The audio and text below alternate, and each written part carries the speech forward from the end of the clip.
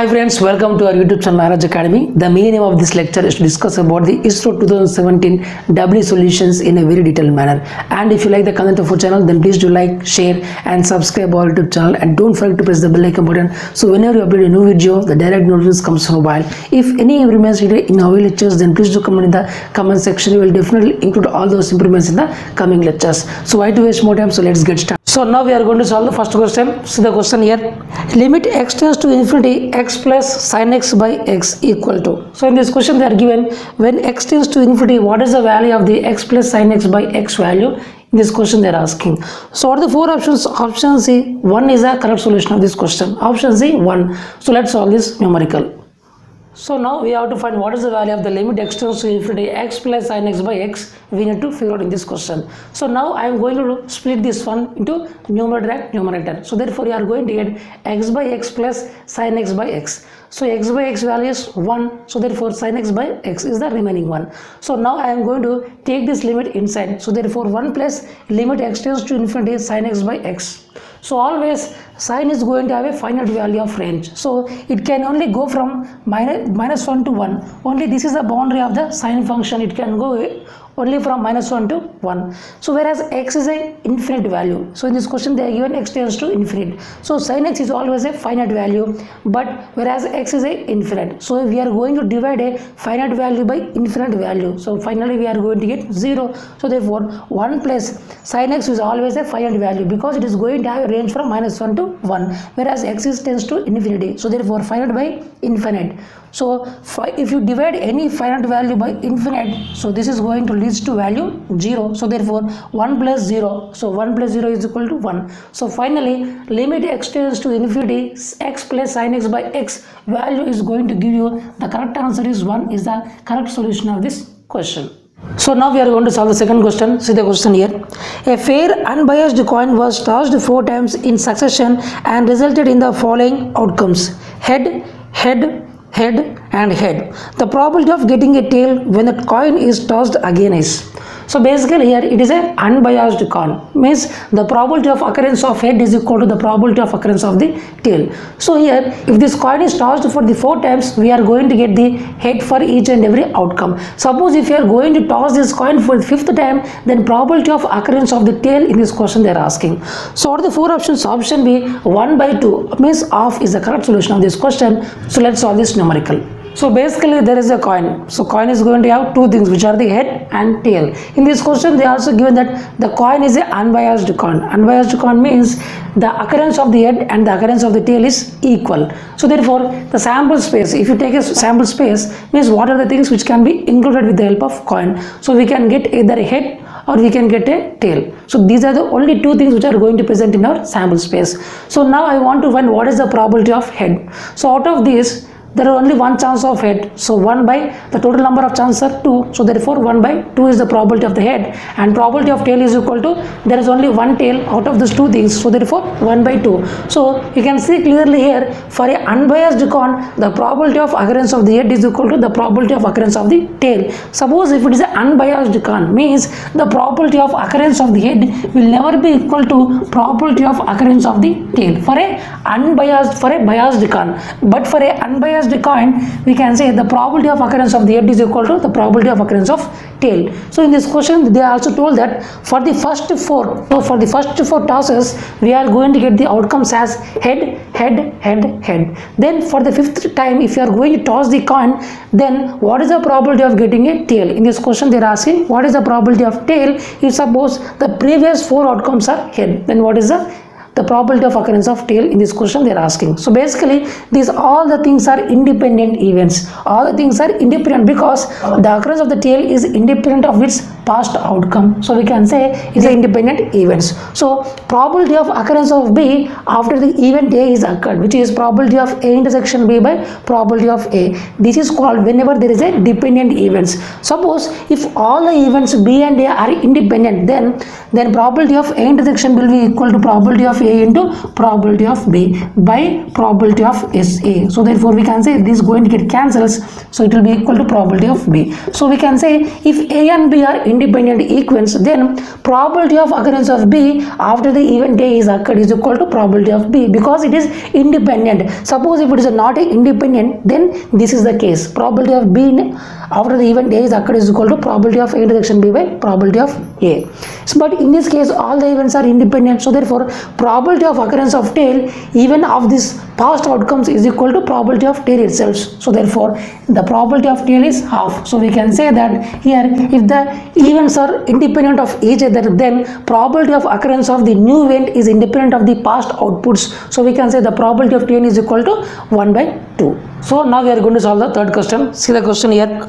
An inductor of 1 Henry carrying a current of 2 amperes will store the energy of. So basically in this question there is an inductor of 1 Henry and the current is of 2 ampere. Then what is the energy stored? Basically the inductor is going to store energy in the terms of magnetic field. So what is the amount of energy in this question they are asking? Sort the 4 options. Option B 2 joules is the correct solution of this question. So let's solve this numerical. So basically there is an inductor of value L is equal to 1 Henry, inductance of 1 Henry, and the current is going to flow in this coil is 2 ampere. So based on this we have to find what is the amount of energy which is going to store by this inductor we need to figure out. So basically whenever there is a current in an inductor or a coil, so the flux is going to get produced, which is a magnetic field. So how much amount of energy this coil is going to store in the terms of magnetic field we need to figure out. The expression of energy for a coil is E is equal to half L I square. Here L is equal to 1 Henry and current is equal to 2 ampere. So substitute those two values blindly, we are going to get the answer. So half into 1 into 2 whole square.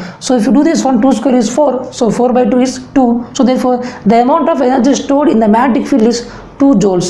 So E is equal to half L I square. So by using this basic formula we are going to substitute these values and finally we are going to get the amount of energy stored by this inductor in the terms of magnetic field is 2 joules, and this is the correct solution of this question. So now we are going to solve the fourth question. See the question here. Two number of 500 ohms 1 watt resistors are connected in parallel. Their combined resistance and wattage reading will be. So in this question they are given a 2 resistors of 500 ohms and they are going to connect in parallel, and also the rating of each resistor is 1 watt. And now we have to find what is the net equivalent resistance and also net amount of power rating we need to figure out. So what are the 4 options? Option B is the correct solution of this question, which is 250 ohms and 2 watts is the correct solution. So let's solve this numerical.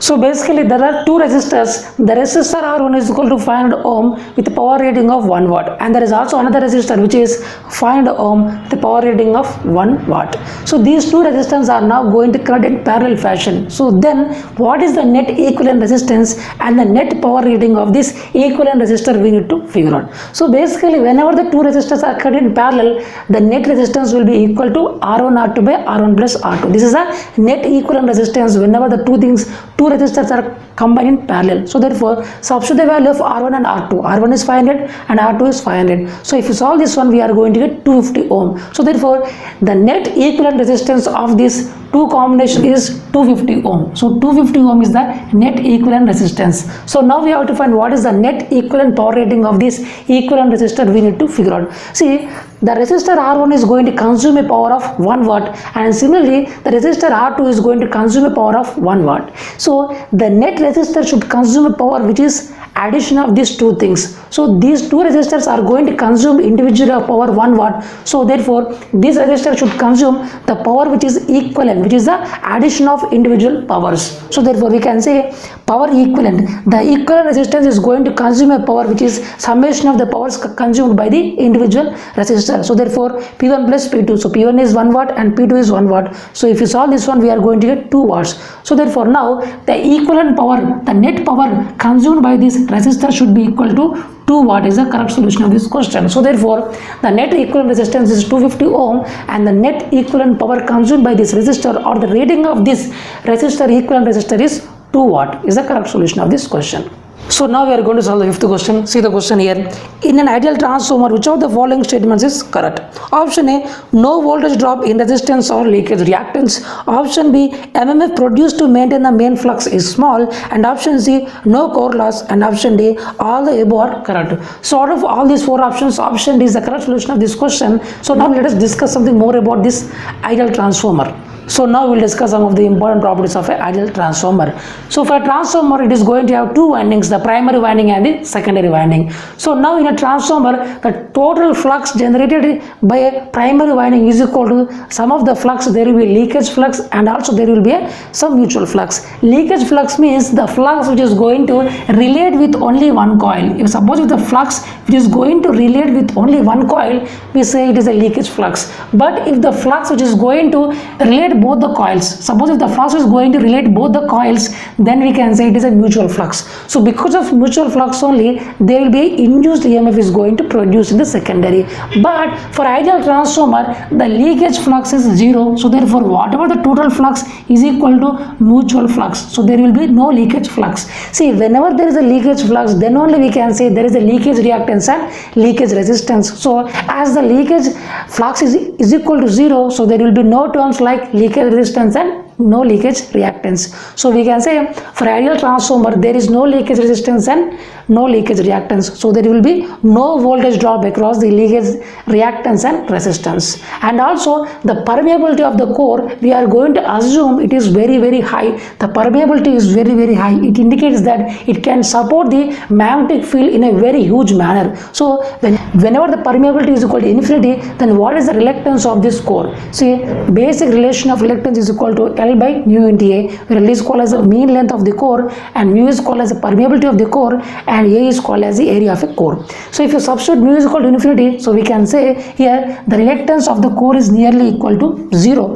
So therefore even for a small amount of current, so even for a very small amount of current, it is required to produce a flux which is required for this core. So therefore even if the current is very small, the flux produced is enough to produce a EMF in the secondary. And basically the transformer is a constant flux machine. So therefore here, so ideally there will be no core losses. So for ideal transformer there will be no core losses. So core losses is a combination of, core losses is also called as iron loss. It is a combination of both hysteresis loss and eddy current loss. So for a ideal transformer, the iron loss is equal to 0. It indicates that the hysteresis loss is equal to 0 and also eddy current loss is also equal to 0. So all the losses are going to be actually 0 for an ideal transformer. And also here, whatever the input power is equal to output power. See, whatever the input power for the primary is equal to the output power. So there will be no losses in this transformer, ideal transformer. So always for ideal transformer, the losses is equal to 0. It means whatever the input power is equal to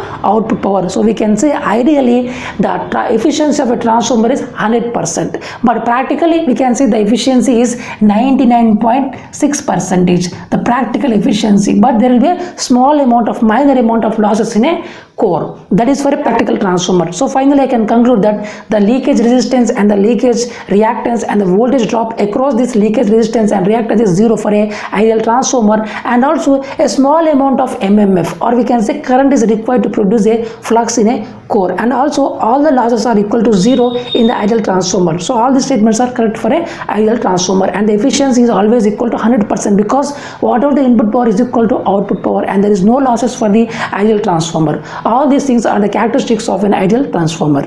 So now we are going to solve the sixth question. See the question here. Series capacitors are used to. So what is the necessity of using the series capacitor in a transmission line? So out of the four options, option D, compensate for line inductive reactance. It means that we are going to decrease the overall reactance, overall inductance of a transmission line by using the help of the capacitor. And now we'll discuss why it is like that one. So this is a synchronous generator and this is a transmission line and this is a load.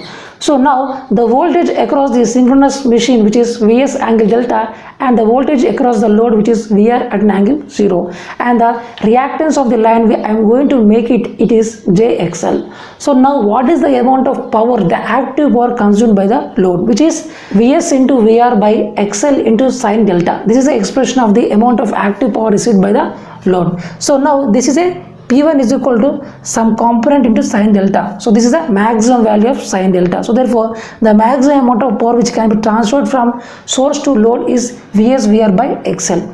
So this is the overall maximum power which is going to transform from generator to a load. Suppose when there is no capacitor compensation, suppose now I am going to add a capacitor in a series with a transmission line. So now I am going to add some small amount of capacitance in a series with a transmission line. Then what is going to happen? So therefore now this is a inductance of a transition line which is JXL, and externally now I am going to add some capacitor reactance which is minus JXC. So now overall these two things are connected in series, so therefore the overall impedance will be J of XL minus XC. So therefore now we are going to add these two terms, so we are going to get J of XL minus XC. So now what is the amount of power, the active power which is going to receive by the load? So here the source voltage is Vs into VR by the overall impedance is now the magnitude value which is XL minus XC into sin delta. So if you see carefully, the maximum value of the power P2 is P2 max is equal to Vs VR by XL minus XC. As the denominator is going to decrease, the overall value will increase. So therefore now we can say as the denominator value is going to decrease, the overall maximum power is going to get increased. So we can say clearly the amount of maximum power transferred in the second case is higher than the maximum power transferred in the first case. So this is a simple conclusion. So with the help of, if you add any series capacitor in a transmission line, the overall impedance, the overall reactance is going to decrease, and therefore the amount of power transfer is going to get increased. This is the way we are going to add a series capacitance in series with a transmission line in order to compensate the reactance of the line. So therefore the amount of power transferred is very much higher. So this is the thing that we have to add a series capacitor with the help of in series with the transmission line. So now we are going to solve the second question. See the question here. Low resistance is measured with. So low resistance is measured with which type of bridge? Option A, de Sautis bridge, and option B, Maxwell bridge, and option C, Kelvin double bridge, and option D, Wien bridge. So option A, de Sautis bridge is used to measure the value of the capacitance, and whereas the option B, Maxwell bridge is used to measure the inductance of a coil, and option D, Wien's bridge is used to measure the frequency of a supply source, whereas the option C, Kelvin double bridge is used to measure the resistance of a low resistor value. So now let us discuss something more facts about this Kelvin double bridge and remaining all other things. So now we'll discuss the different types of resistors which are available, and also what is the diagram of representation, and also the methods which are going to measure this resistance. All these things now we are going to discuss here. So the resistance, what are the resistance which are available in nature, and also what is the representation of that resistance, and also the methods which are going to measure those resistance also we are going to learn. So the first one is the low resistance. If the resistance which is less than 1 ohm, then we say it is a low resistance, and the diagram we are going to represent with the help of this is the diagram, and it is going to have 4 terminals, 1, 2, 3 and 4. So therefore it is going to have 4 terminals for a low resistance, and the methods which are going to measure the low resistance is the Kelvin double bridge. In the question they are given which method is used to measure a low resistance, which is Kelvin double bridge method. And also there is another thing which is the medium resistance. If the resistance value which is going to lie between 1 and 100 kilo ohm, then we say it is a medium resistance, and the diagram of representation is, which is the diagram of representation, and it is going to have only 2 terminals. And also the methods to measure these medium resistance are the Bridgestone bridge method, and also voltmeter ammeter method, and ammeter voltmeter method, and also substitution method, and the last one is the ohm meter method. So by using these methods we can measure the medium resistance. And also now high resistance, the another category is high resistance. If the resistance is greater than 100 kilo ohm, if the resistance is greater than 100 kilo ohm, then we say which is a high resistance. And the diagram of representation is, this is the diagram of representation, and basically it is going to have 3 terminals, and this terminal we are going to say it is a guard wire. So basically this guard wire is going to, if there is any leakage current, then it is going to pass through this guard wire. And also the methods to measure the high resistance are the Megger method, loss of charge method, and direct deflection method, and the last one is the mega ohm bridge method. So these are the methods which are required to measure the high resistance. So in the question they are going to ask you, see, out of this one question, one bridge they are going to give you, and they are going to ask this method is used for which type of resistance. So therefore now, so I recommend you to remember these names, so therefore you can easily know which method is for the which resistance. So now we'll discuss also what are the methods to measure a inductance. So the measurement of inductance is done by 4 different bridges, which is the Hayes bridge, Owens bridge, and Maxwell inductance capacitance bridge, and Anderson's bridge, and the Maxwell inductance bridge. So these are the bridges. With the help of these bridges we can measure the value of inductance of any coil. And if you see carefully, for a Hayes bridge, So Hayes bridge is going to require more time to be balanced, because all these things are going to work on the null deflection principle. So therefore this bridge is going to get balanced. It takes more amount of time, and also it measures only those coils of inductance which has quality factor greater than 10. So if a coil is going to have a quality factor greater than 10, then these inductance of those coils can be only measured with the help of the Hayes bridge. And also this bridge is very accurate. And also for the Owens bridge, in the Owens bridge we are going to use the two capacitors, and whereas now Maxwell inductance capacitance bridge, here we are going to measure the inductance of those coils which has quality factor less than 10. So only these coils we are going to measure with the help of Maxwell inductance capacitance bridge. And now the another bridge is the Anderson's bridge. So Anderson's bridge we also call it as a 5-point bridge, because in that bridge there are 5 points. So because of that we say it is also 5-point bridge. And also here less time to be balanced, and it's a very fastest bridge. See here, all the bridges are going to work on the principle of null deflection. So the bridge is going to get balanced in a very short span of time, and it is also very fastest operation in order to figure out the inductance of a coils. And also the last one is the Maxwell inductance bridge, and here there is no capacitor. See here in this Maxwell inductance bridge there is no capacitor, and also here, and it is very less accurate. So these are some of the important points of all these bridges. So with the help of these bridges we can measure the value of inductance. And if you see carefully here, this Anderson's bridge and the Maxwell inductance bridge, in these bridges there is no capacitor but there is only inductor. So the quality factor cannot be measured, because in order to measure a quality factor you need an inductor and also a capacitor, but the capacitor is absent in the Anderson's bridge and also in the Maxwell inductance bridge. Even though inductor is present but the capacitor is absent, so therefore we cannot measure the quality factor of a coil in these two cases. So Q is not measured. Q is not measured in the Anderson's bridge and also in the Maxwell inductance bridge, whereas the quality factor we can measure with the help of Hayes bridge, Owens bridge, and also Maxwell inductance capacitance bridge. And these are some of the important points, or we can say important facts of this inductance of these different bridges. And also now we'll discuss the different methods to measure the value of the capacitance. So capacitance is measured by the two bridges, which are the Shearing bridge and also de Sauty's bridge. So with the help of these two bridges we can measure the value of any unknown capacitance. And also if you want to measure the supply frequency, what is the frequency of the supply source, then with the help of Wien's bridge we can easily calculate the value of the supply frequency. So these are the different bridges we can measure. With the help of these bridges we can measure the value of capacitance, inductance, and also frequency. So in the question they are given, see, if you want to measure a low resistance, this can be only measured with the help of Kelvin double bridge. So now we are going to solve the 8th question. See the question here.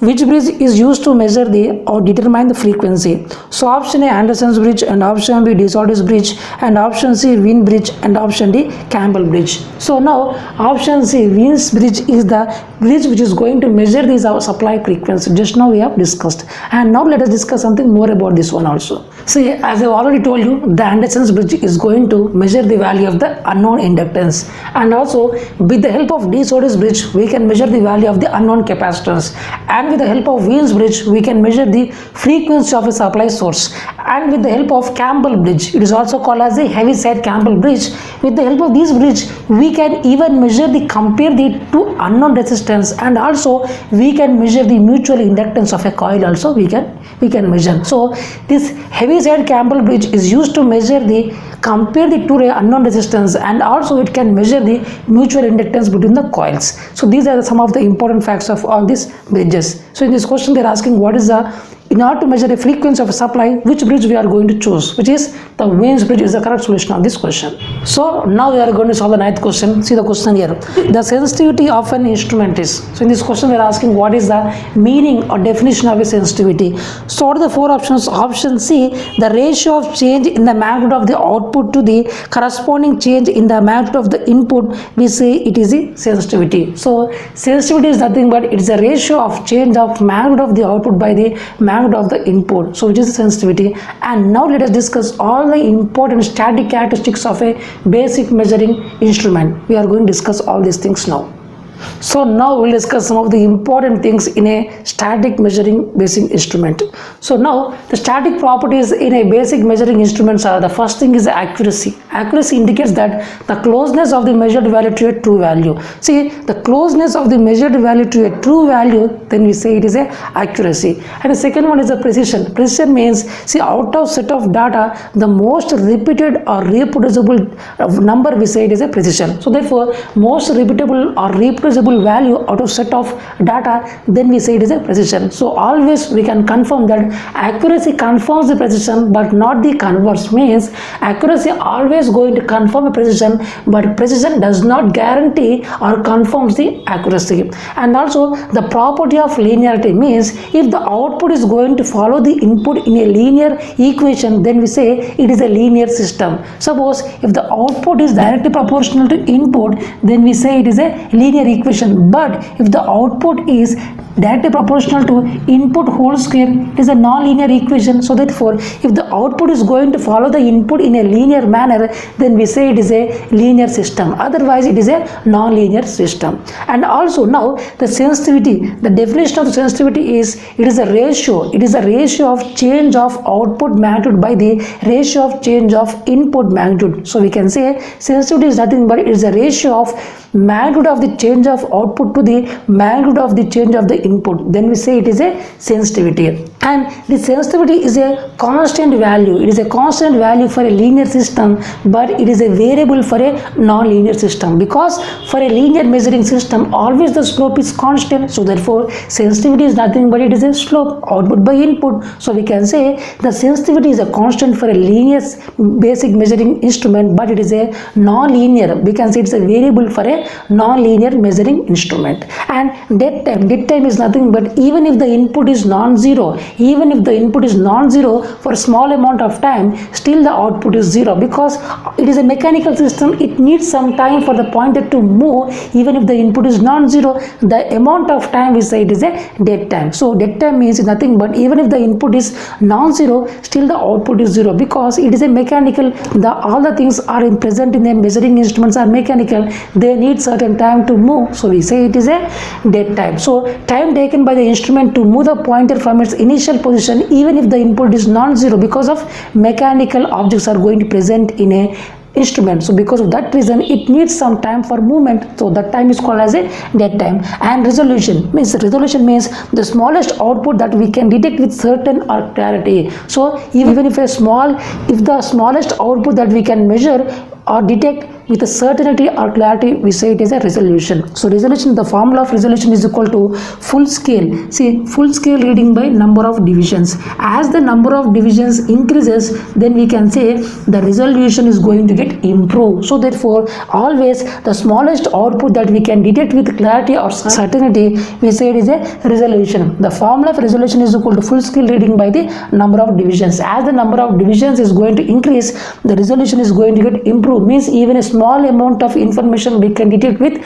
very 100% sure. That is the reason we always prefer to buy a higher pixel of a camera rather than a low pixel camera, because the higher pixel camera has huge amount of pixels, so therefore it can even detect a small amount of information. That is the reason we always prefer to buy a high amount of pixel of cameras. So now these are the true definitions of basic measuring instrument. These are the static characteristics. And also in the question they are asked only the definition of sensitivity. Sensitivity is nothing but it is a ratio of change of magnitude of the output by the magnitude of the input. This is called as a sensitivity, and it is a constant for a linear basic measuring instrument, and it is a variable for a non-linear measuring instrument. So now we are going to solve the last question of this lecture. See the question here.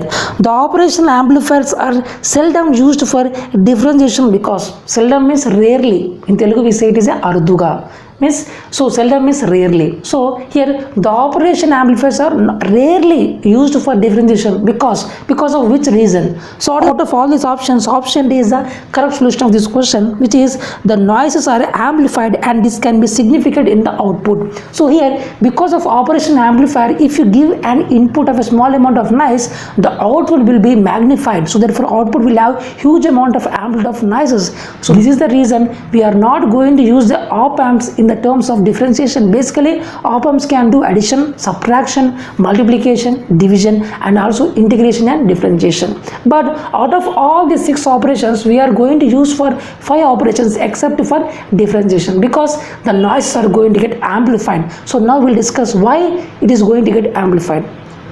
So basically, with the help of op-amps, we can perform addition, subtraction, multiplication, division, integration, and also differentiation. And now we'll discuss why the differentiation we are not going to use with the help of op-amp. Basic reason now we are going to learn here. So this is the circuit of a differentiation circuit. It is a op-amp and it is going to have a negative feedback with respect to output and input. So now I will discuss why it is a differentiated circuit. So now here it is a negative feedback circuit. So here, so negative terminal voltage is equal to positive terminal voltage. As it is 0, so here also it is 0 volt, and the op amp is going to have huge amount of resistance, so therefore we can say the current here is 0 ampere. And let me assume the current is I.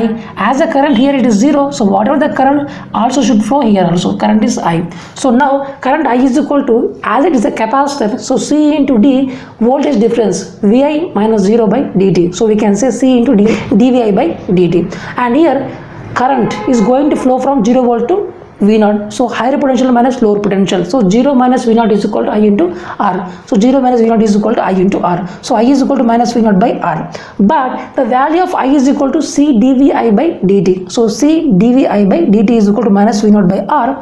And if you take this R this side and negative here, finally we are going to get V0 is equal to minus RC dVi by dt. So you can see output is the differentiation of the input. So we can say this circuit is a differentiated circuit, because the output is a function of differentiation of input. So we can say this op-amp circuit is nothing but it is a differentiated circuit. Suppose now I am going to give an input of noise signal. Suppose input, for the input I am going to give a noise signal. Basically the noise signal will have less amount of amplitude, but a frequency of huge value. So here basically the noise nature is, it is going to have a small amount of noise amplitude, but the frequency is very very huge. And let me take a small example. Here Vi is equal to 0.2 sin 300t. It is an input for a noise of a differentiator. So the amplitude is very very small, but the frequency is 300, very huge. So therefore now suppose I am going to give this noise as an input for a differentiator, and also now I am going to assume RC is equal to 1. So let me, for simplicity, I am going to assume RC is equal to 1. So therefore the output and input equation of the differentiator circuit is equal to V0 is equal to minus RC d by dt of V of t. So as RC is equal to 1, so minus 1 into, so now I want to do the differentiation of this input signal, so which is 0.2 into sine differentiation is cos 300t. Again if you do the differentiation inside, so 300t will become 300. So therefore this is the differentiation of the input. So now if you do the multiplication, 0.2 into 300, it is nothing but 60. So there is a minus. So V0 is equal to minus 60 cos 300t. So now you can see the amplitude of the output signal is very high. So even the frequency is same. So therefore we can see if you give a noise signal of low amplitude and a higher frequency, the output, now the frequency has a huge amount of amplitude, and the frequency is same. So the frequency of the noise in the input and the output is same, but the amplitude of the noise signal in the input is very very small, but the amplitude in the output of the differentiation is very huge. The noise got amplitude. This is the reason. So because of this basic reason, we are not going to use the differentiated circuit with the help of op-amp, because the amplitude of the noise is going to get amplified in a very huge manner. So if you take a high frequency, then the amplitude will be very very high, because we are going to multiply the amplitude into frequency, so it will be very very huge. So that is the reason always we are not going to use the differentiated circuit with the help of op-amp, because the noise are going to get amplified. So because of this reason, we are not going to use the op-amp for differentiation. Means we can use for the addition, subtraction, multiplication, division and integration, but not for the differentiation because of this concept. So in this lecture we have discussed the 10 questions of the ISRO 2017 W solutions in a very detailed manner. And if you like the content of our channel, then please do like, share and subscribe our YouTube channel, and don't forget to press the bell icon button so whenever we upload a new video, the direct notifications comes to mobile. If any improvements needed in our lectures, then please do comment in the comment section. We will definitely include all those improvements in the coming lectures. Thank you so much for watching this lecture. Keep smiling, take care and bye bye.